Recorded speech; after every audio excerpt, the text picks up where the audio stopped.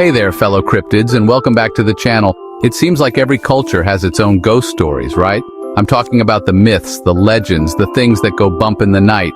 But there's something about schoolhouse hauntings that just hits different. Maybe it's the lingering energy of all those young minds. Or maybe it's the fact that these buildings have seen so much history, both good and bad.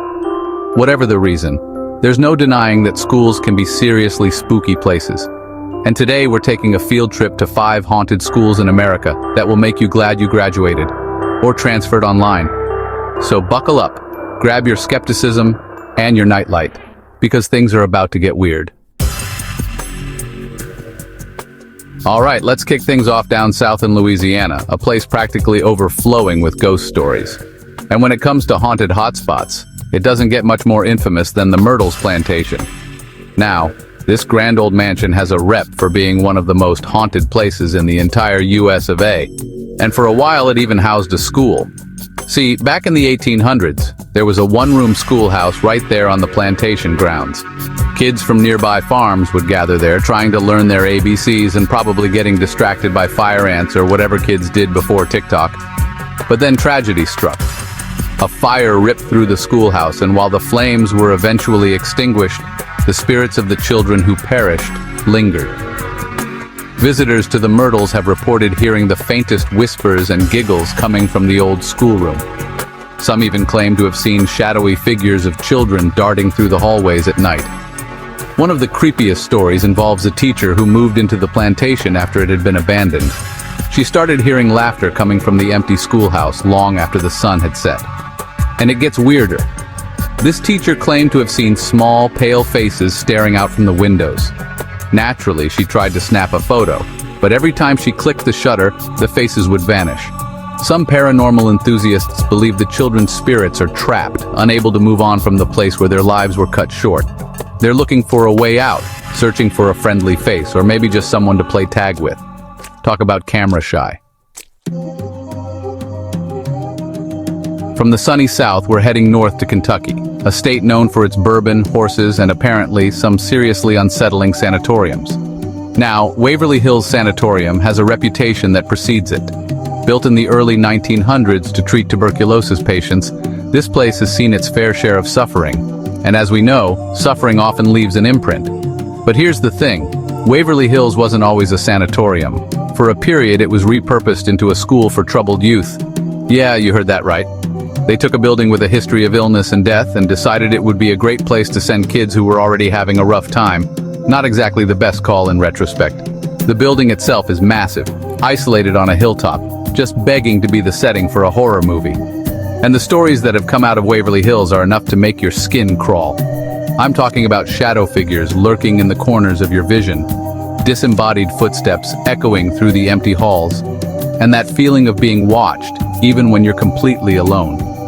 One of the most well-known residents of Waverly Hills is the Shadow Man. This shadowy entity is said to materialize in the darkest corners of the sanatorium, its form shifting and swirling like smoke. Some say it's the spirit of a former patient, driven mad by the horrors he witnessed within those walls.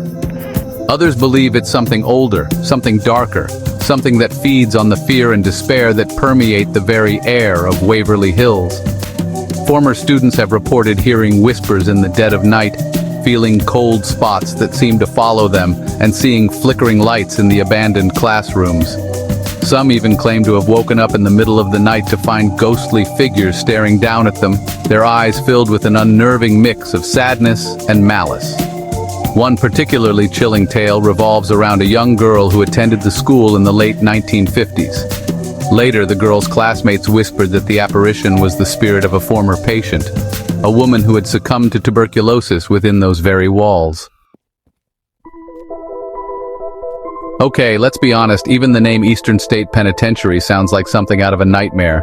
This place is basically ghost hunting 101. Located in Pennsylvania, this former prison is infamous for its eerie isolation and Gothic architecture. Seriously, it looks like it was designed by someone who thought gargoyles and iron bars were a bit too cheerful. But what many people don't know is that Eastern State wasn't just a prison. In the 1950s, it also housed a correctional school for delinquent boys, because nothing says rehabilitation like sending troubled kids to a place designed to break the human spirit.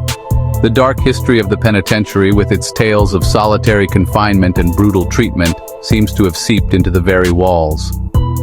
Visitors often report feeling a heavy, oppressive atmosphere, as if they're being watched by unseen eyes. And in the old classrooms, where lessons once took place, the air is thick with an almost tangible sense of dread. One of the most common occurrences reported at Eastern State is the sound of children crying. Witnesses have described hearing these heartbreaking sobs echoing through the empty corridors, but upon investigation, they find no source for the sound. Others have reported seeing shadowy figures moving in the periphery of their vision, fleeting glimpses of men and boys who vanish as quickly as they appear. And in the long, echoing hallways, footsteps have been heard, slow and deliberate, as if someone or something is pacing the corridors, keeping watch over its domain. Perhaps the most unsettling story comes from a former teacher who was assigned to the school in the 1960s. She was in the middle of a lesson, the room filled with the murmur of young voices, when the lights began to flicker. The boys fell silent, their eyes drawn to the flickering bulbs overhead. Then, as the lights dimmed for a moment, a tall, shadowy figure appeared near the door. All right, let's head to the Midwest, shall we? The University of Michigan, a place known for its academics, its Wolverines, and apparently its resident ghost student. Because even in the hallowed halls of higher education, some things just can't be explained by textbooks and late-night study sessions. This story takes us back to the 1800s, a time when the university was still finding its footing. A student named Samuel Hollingsworth vanished without a trace, sending shockwaves through the campus. Weeks turned into months, and still, there was no sign of Samuel. Had he run off? Had he met with foul play? The mystery lingered like a bad case of writer's block. And then, just as suddenly as he disappeared, Samuel's body was discovered in an abandoned wing of the old dormitory. But this wasn't just a case of a student falling asleep in the library and forgetting to call it a night. Samuel's body was covered in bruises and scratches, his face frozen in a mask of terror. Theories ran rampant. Some whispered that Samuel had stumbled upon a forbidden secret, a dark truth hidden beneath the veneer of academia. Others claimed he'd been involved in an ancient ritual gone wrong. Whatever the reason, Samuel's spirit seemed to be bound to the university, unable or unwilling to move on. Today, students report seeing a figure matching Samuel's description wandering the campus late at night. He's often spotted near the dormitory where his body was found, a forlorn figure dressed in the old-fashioned clothing of a bygone era. Some say he's searching for something, perhaps the answers to his untimely demise, or maybe just a bit of peace in the afterlife. For our final stop on this haunted tour de force, we're heading to Charleston, South Carolina, a city steeped in history, charm, and more than a few ghost stories. The College of Charleston, one of the oldest institutions of higher learning in the United States, is as picturesque as it is potentially paranormal. Founded in 1770, the college has seen its fair share of history unfold within its walls. And as we've learned, where there's history, there are often restless spirits lurking in the shadows. One of the most haunted spots on campus is Cistern Yard, a beautiful tree-lined courtyard that's home to a centuries-old cistern. It's a place where students gather to study, socialize, and perhaps catch a glimpse of the resident ghost. Her name is lost to time, but she's known simply as the Lady in Black. Legend has it that she was a student at the college in the early 1800s, a time when love and loss were often intertwined. She fell head over heels for a fellow student, her heart aflutter with the excitement of a first love. But her affections were unrequited, her heart broken beyond repair. In her despair, she chose to end her suffering in the depths of the Cistern Yard's namesake cistern. Her body was discovered days later, her lifeless hand still clutching a locket containing a lock of her lost love's hair.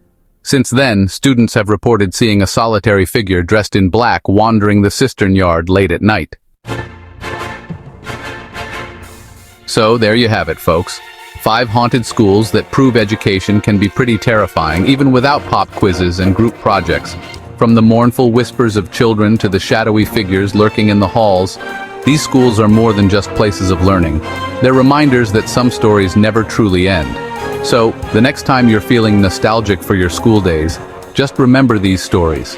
And if you ever find yourself near one of these haunted campuses, proceed with caution. You never know who or what you might encounter. Not everything that's learned in these halls can be easily forgotten.